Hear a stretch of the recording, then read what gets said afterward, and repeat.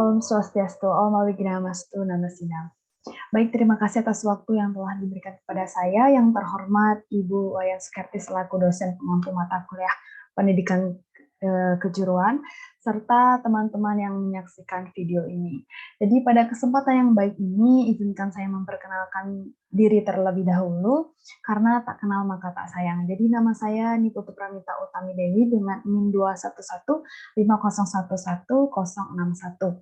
Dan pada kesempatan yang baik ini saya akan menjelaskan dan memaparkan materi yang bereferensi dari internet, baik itu artikel, jurnal, maupun website resmi Kemendikbud. Jadi pada kesempatan yang baik ini saya akan memaparkan mengenai pengembangan kurikulum Merdeka Belajar Pendidikan Kejuruan, khususnya di episode 8 yaitu program SMK sebagai pusat unggulan. Baik, mohon maaf sedikit terkendala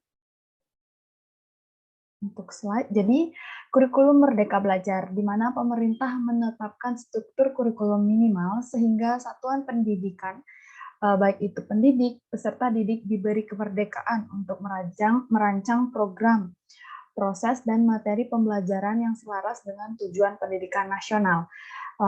Tentunya harus relevan dan kontekstual sesuai dengan karakteristik dan kebutuhan pasar kerja dengan melibatkan stakeholder untuk menghasilkan profil lulusan yang diharapkan.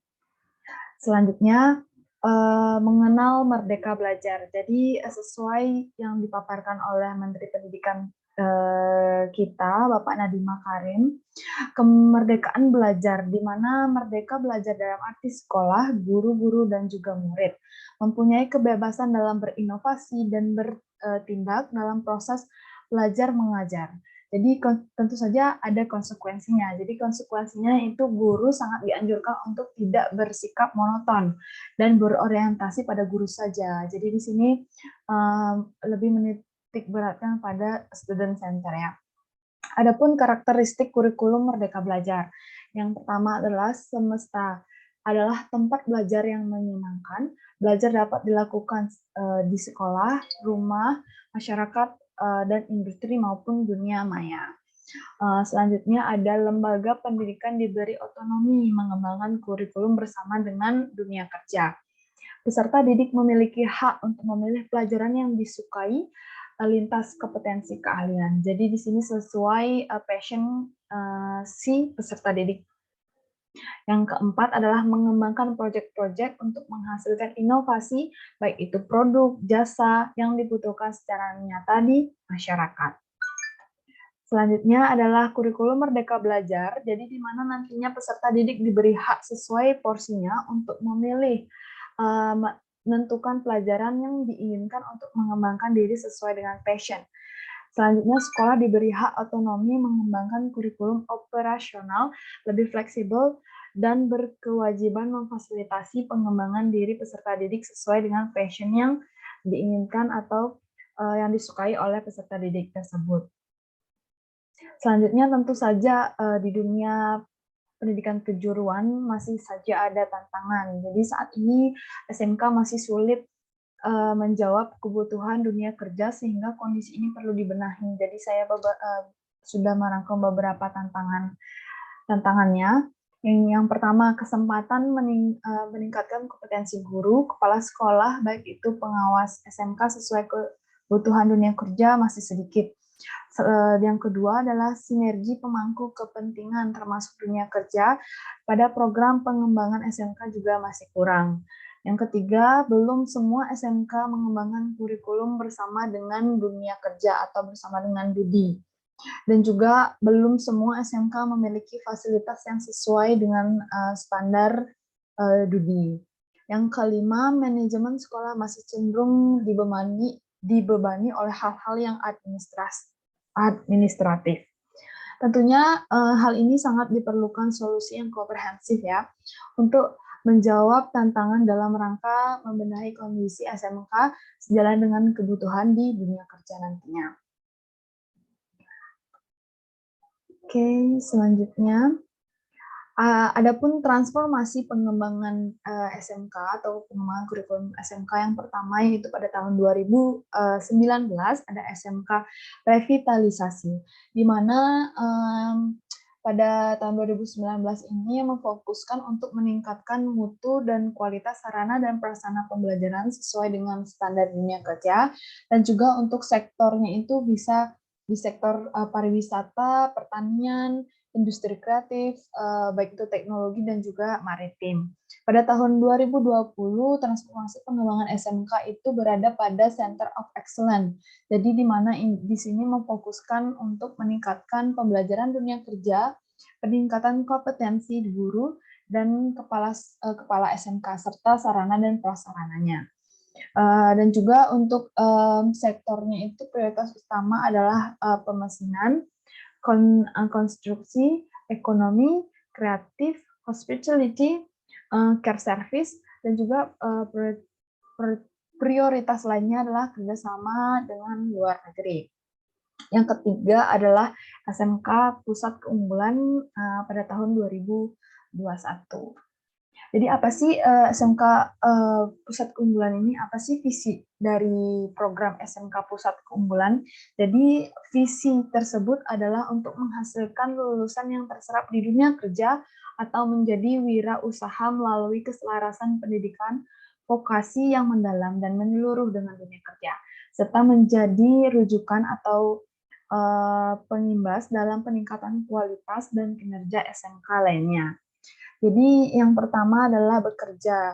Jadi nanti sekolah dapat memfasilitasi siswa SMK yang ingin bekerja untuk memiliki kompetensi dan budaya kerja yang dibutuhkan pada posisi jabatan tertentu di industri nantinya. Yang kedua yaitu melanjutkan studi. Jadi nanti lulusan SMK bisa melanjutkan studinya. Jadi sekolah wajib memfasilitasi siswanya yang ingin melanjutkan untuk mampu menembus seleksi atau masuk perguruan tinggi pada jurusan, baik itu program studi yang sesuai pilihan si siswa atau sesuai dengan passion si siswa tersebut. Yang ketiga, yaitu wirausaha. Jadi di mana nanti sekolah memfasilitasi siswa SMK yang ingin berwirausaha untuk memiliki mindset dan karakter wirausaha, di mana dapat berani mengambil risiko dan memiliki kompetensi wirausaha dan memiliki pendapatan dari mendirikan dan mengelola usaha yang berkelanjutan. Oke, selanjutnya adapun tujuan khusus program SMK sebagai pusat keunggulan, yaitu tujuan yang pertama memperkuat kemitraan antara Kemendikbud dan pemerintah daerah dalam pendampingan program SMK Pusat Keunggulan, memperkuat kualitas sumber daya manusia SMK, baik itu dari kepala sekolah, pengawas sekolah, dan guru untuk mewujudkan manajemen dan pembelajaran yang berbasis dunia kerja. Selanjutnya, memperkuat kompetensi keterampilan non-teknis atau yang sering kita akrab dengar dengan soft skill, dan keterampilan teknis yaitu hard skill. Peserta didik yang sesuai dengan kebutuhan dunia kerja, serta mengembangkan karakter yang sesuai dengan nilai-nilai Pancasila. Yang selanjutnya, untuk mewujudkan perencanaan yang berbasis data melalui manajemen berbasis sekolah, meningkatkan efisiensi dan mengurangi kompleksitas pada sekolah dengan menggunakan platform digital. Yang keenam, peningkatan sarana dan prasarana praktik belajar siswa yang berstandar dunia kerja. Yang terakhir, memperkuat kemitraan dan kerjasama antara Kemendikbud SMK dengan dunia kerja dalam mengembangkan dan mendampingkan program SMK Pusat Keunggulan. Adapun target program SMK sebagai pusat keunggulan, yang pertama tentunya adalah kualitas dan kinerja. Untuk meningkatkan kualitas dan kinerja, manajemen pengelolaan dan penyelenggaraan SMK. Yang kedua, mencapai keselarasan pendidikan vokasi yang mendalam dan menyeluruh dengan dunia usaha, dunia industri maupun dunia kerja. Yang ketiga, menghasilkan lulusan yang diserap di dunia usaha, dunia industri dan dunia kerja lainnya atau menjadi wirausaha. Yang keempat, sebagai pusat unggulan, menciptakan pusat peningkatan kualitas dan kinerja dan menjadi inspirasi bagi pengimbas untuk SMK lainnya.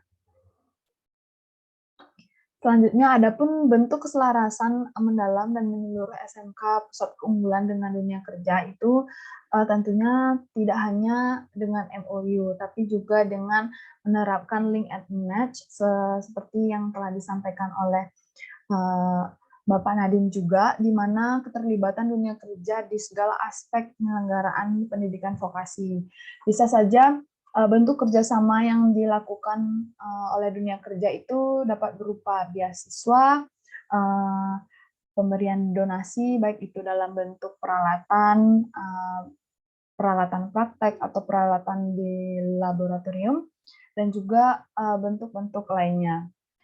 Adapun 8 poin untuk penerapan link and match. Yang pertama adalah kurikulum disusun bersama, termasuk penguatan aspek soft skill dan juga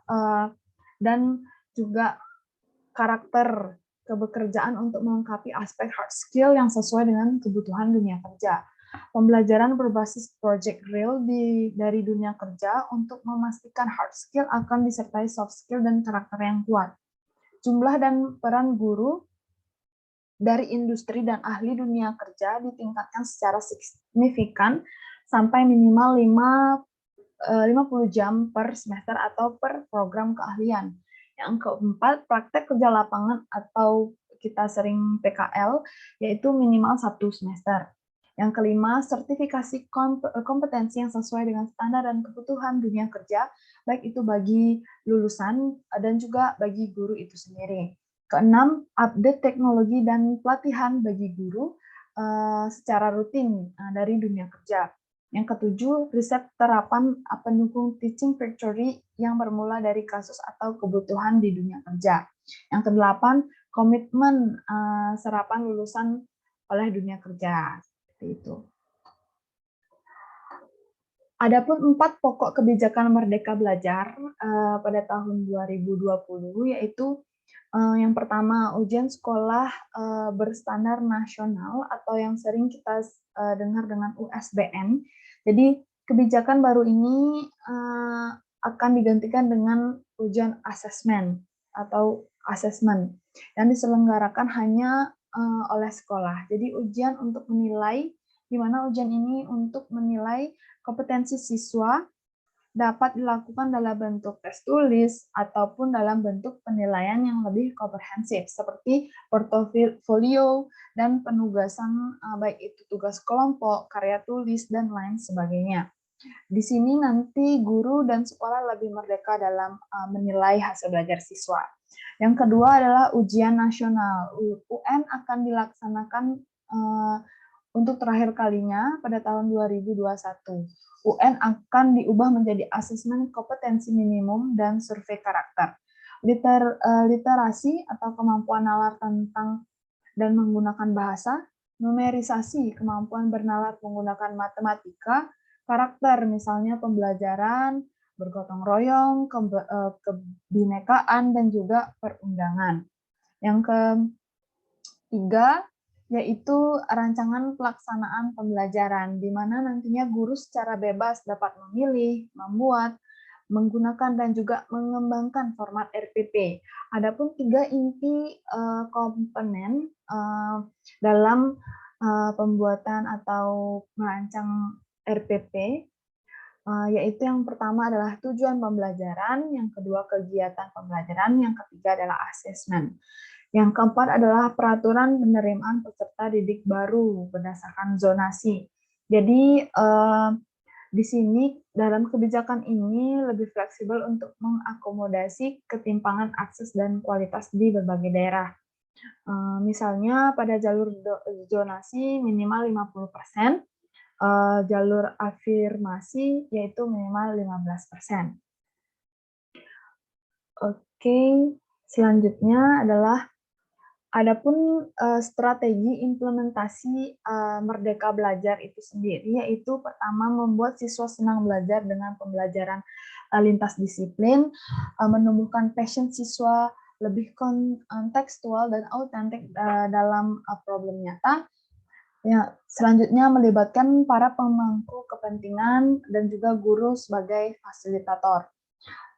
Selanjutnya berinovasi lebih bebas agar adaptif dan fleksibel menyesuaikan kebutuhan pasar kerja, fokus pada kompetensi esensial dengan penggunaan soft skill dan juga karakter, pembelajaran mengoptimalkan pemanfaatan teknologi menggunakan metode online, blend, mobile, dan lain sebagainya.